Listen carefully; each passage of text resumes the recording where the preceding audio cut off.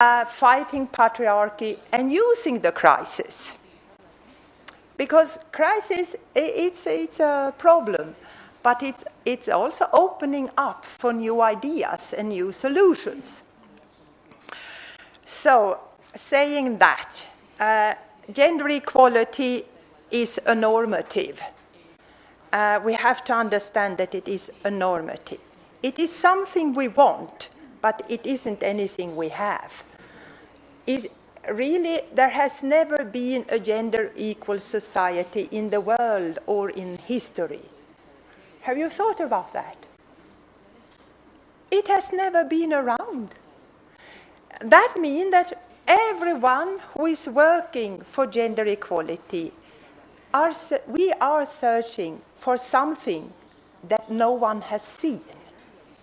So we must use our best imagination, our best ideas, our deepest understanding of what should be human life conditions to work for gender equality. Sometimes in Sweden we say, oh, we are so gender equal in Sweden. I don't know if you've heard that. But we have never had gender equality. Not if we mean that women and men have the same power in society, have the same right to decide on their own lives and on society. So no one has had it. So it is a normative. But I think the normative on gender equality is a very crucial part of the Swedish welfare model. We cherish the idea of gender equality. So, and I think it is reasonable to say that gender equality is something you have to work for if you want to create a democratic society, but also a sustainable economy. And I think part of the crisis we see, the economic crisis, it is partly a result of inequality. And the societies who suffer the most very often are more patriarchal than Sweden. So, but we can discuss that later on.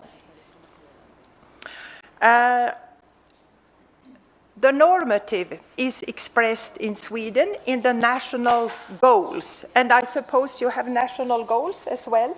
Yeah? And I don't know your national goal, but the Swedish overall goal is that women and men shall have equal power to shape society and their own lives. That is the national goal. Though I have never been satisfied with that translation. So if because that is the official translation into English, but if I were to decide, the translation would be that women and men shall have equal power to lead society and their own lives. There's always a difficulty when you change from one language to the other, to get it, sensitive. So it is about leading society and leading your own life. That is what it is all about. So the overall assumption is that women and men should have the same rights, the same obligations, and the same opportunities in all areas of life. How is that going to happen? I mean, that is what we are working with, isn't it? What are we going to do to make that happen? And then we have some sub-goals in Sweden, 4. And today I will deal with 2 of them.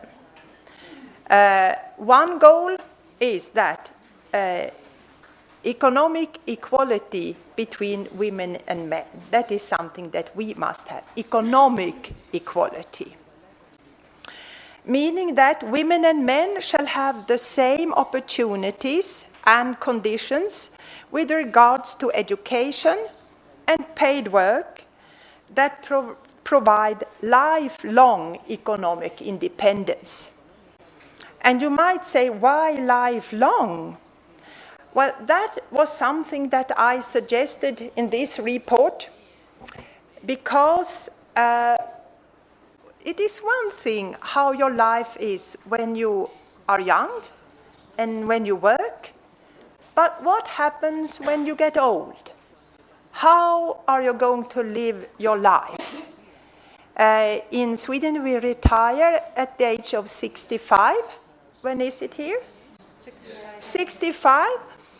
But we are not planning to die when we are 65. I don't know if you are planning. No.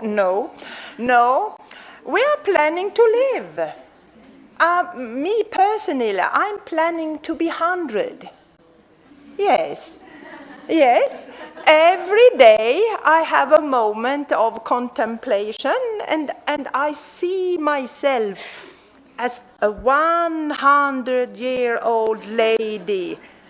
And if you think that, well, 65, 75, 85, 95, 35 years, how can I live for 35 years and still be economically independent? Are we going to live on our daughters? No, that's not an option. Because we have to be solidaric with the younger generation, don't you think? It would be horrible if a person like me, and I suppose all persons in here who have worked for gender equality, say the same right for women as men, don't you? And then you say when you're 65, you can take care of me now. What happens when you become a bit older and you need the diapers? You cannot go to the toilet on your own. You're ill. You need someone to be. Do you want your daughter to feel that's her option for 35 years? No. And I want to stress that I think that one of the basic explanations why the good things that has happened in Sweden, because there has happened good things, is the solidarity from elderly women to the younger women. So solidaric, the strongest solidarity ever. And that is shown in my personal life. My mother was one of these, but also in investigations. Because this is a very famous scholar in Sweden called Marta Szebehely. She's, I think, the best scholar on elderly issues. And she said that they had asked old men, who do you want to take care of you when you get really old? And the old men said, my wife. Yeah, because that is how it is, even in Sweden. Most of the care for really elderly people, it's women who do it on their own. It's a family matter still in Sweden. It's only about 25% of all the care for elderly people who is taken part by the society.